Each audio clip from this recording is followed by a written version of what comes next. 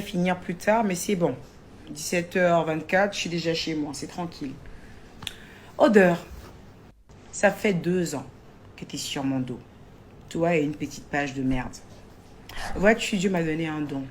Celui de supporter l'insupportable. Parce que franchement, vous faites des choses vraiment salaces. J'arrive à vous supporter. Parce que je ne vous entends pas. Je ne vous vois pas. Mais vois-tu, Odeur, Dieu m'a également donné 4 merveilleux enfants. Qui comptent autant sur moi que sur leur père. Et j'ai une mission sur terre. Que ces enfants ne manquent de rien. Et que je puisse gérer leur quotidien dans la dignité et à la sueur de mon front. C'est cette sueur de front-là que tu es en train d'attaquer. C'est pour ça que je viens te parler aujourd'hui, Odeur. Je disais tantôt que Dieu m'a fait grâce d'avoir 4 merveilleux enfants. Tu as commencé à mes établissements en disant que ça appartient à un certain monsieur Okuura. Toi et une petite page de saleté. On a cherché le Okuura là jusqu'à...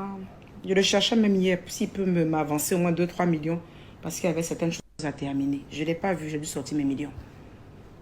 Odeur. Vous avez laissé Okuura, on ne sait pas où il se trouve. Il est mort, il est vivant, en tout cas on l'attend à l'inauguration.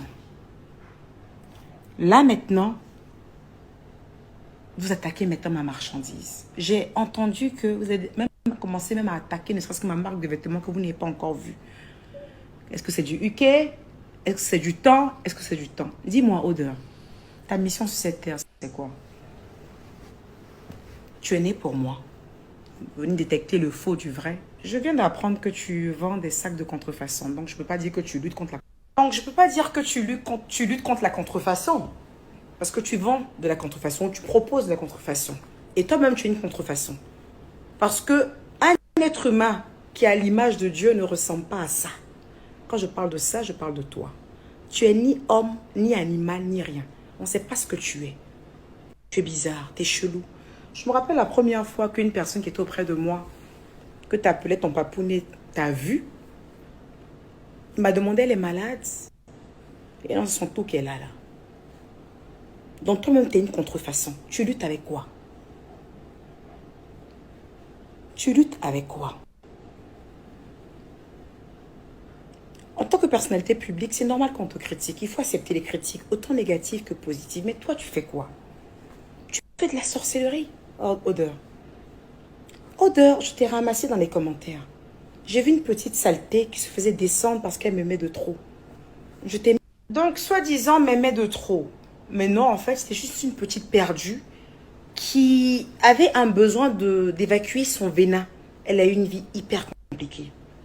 Très compliquée. Elle est rejetée de ses pairs.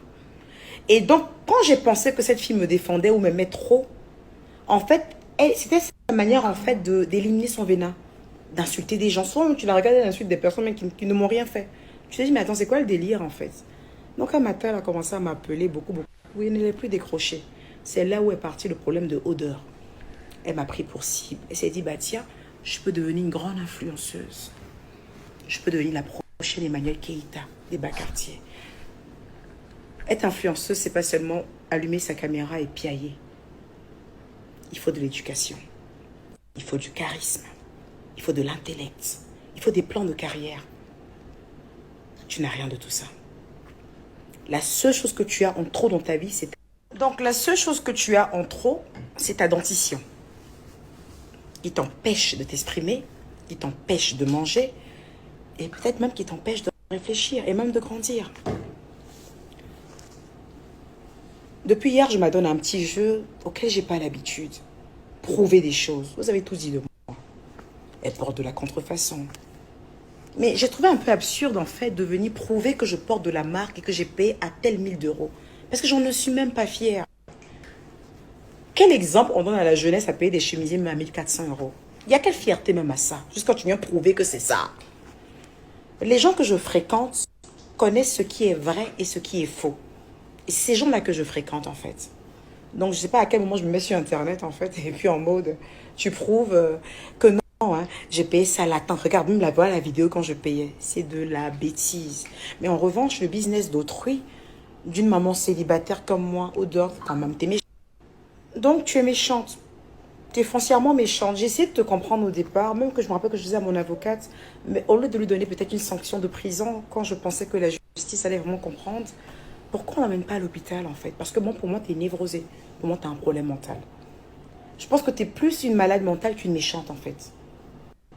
Tu t'accroches à moi, je suis ton existence. T'as pensé que j'étais ta mère ou quoi? T'as besoin d'une maman, mais non, j'ai 4 merveilleux enfants. Regarde, tu ressembles à personne là-dedans. Ce petit jeu a trop duré. C'est toi-même qui as annoncé ici que j'ai fait appel. Moi, je l'ai dit nulle part. Parce que tout ce que je le fais dans le silence. Si j'ai gagné, j'ai gagné. J'ai perdu, j'ai perdu. Mais tant que Dieu me donnera les moyens de pouvoir payer la justice et des avocats, je le ferai. Mais il faut qu'à un moment, tu t'arrêtes. Tu ne connais rien en luxe. Tu as vécu dans un petit village. Et après le village, tu allais être quelque chose. Tu as vécu dans un petit village. Et après le village, tu allais être call center ou je sais pas trop quoi, quelque part au Maroc. Et c'est là où tu as eu un mec qui a l'air ni homme, ni normal. Enfin, il est chelou. À ton image, quoi. Tu as pu avoir tes papiers. Mais tu es la seule personne qui a des papiers et qui n'arrive pas à rentrer dans son pays. C'est ça ta sentence, en fait. Tu as laissé un enfant ici, auquel je ne m'attaquerai jamais. C'est une créature de Dieu et je le bénis au nom puissant de Jésus. Tu as laissé un enfant ici, un merveilleux enfant, qui demande que l'attention de sa mère, qui demande que l'amour de sa mère, que la présence de sa mère.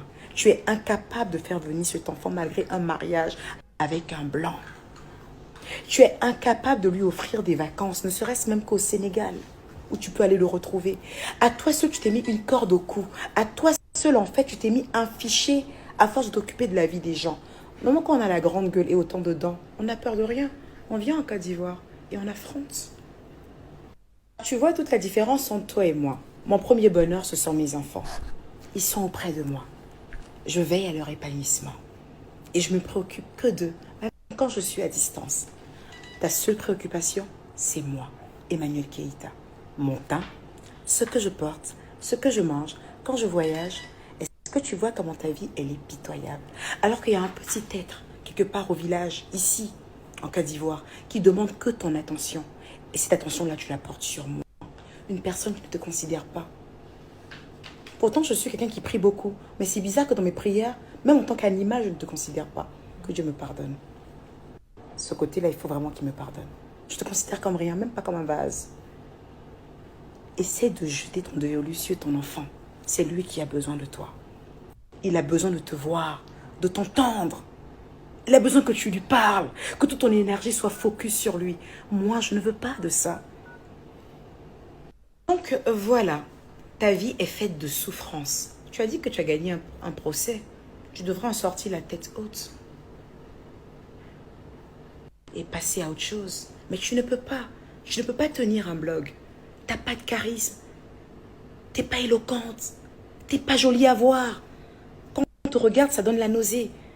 Impossible de regarder une vidéo de toi et en train de manger un bon caviar. Impossible. Nausée directe. Il faut parler d'Emmanuel Keïta. Et ça, franchement, pour moi, c'est une sentence. Je devais faire un petit live pour essayer de te prouver les produits qui sont vrais, qui sont faux. Et puis après, j'ai réfléchi. Puis je me suis rappelé, mais quand même, c'est Sylvia. Qui est-elle? Personne. Donc je m'arrête là aujourd'hui.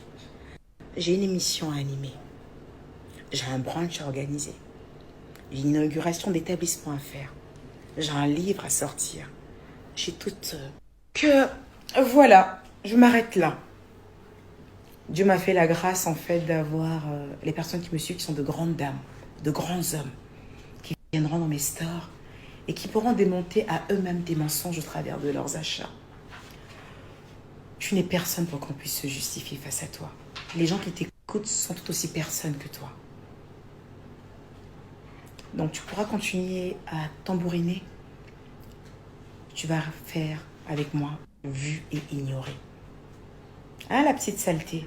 Et j'espère que d'ici là, tu as commencé à prendre une douche. Parce que les odeurs de règles, on en a bavé avec les gosses quand même. Dites-moi, qu'est-ce que vous en pensez du fait qu'Emmanuel Keïta a répondu vraiment calmement, calmement. On ne dirait même pas qu'elle est en train de faire une clash là.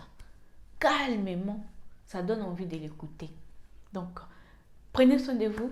N'oubliez pas de vous abonner, de liker et de partager. Bisous, bisous. Bye bye.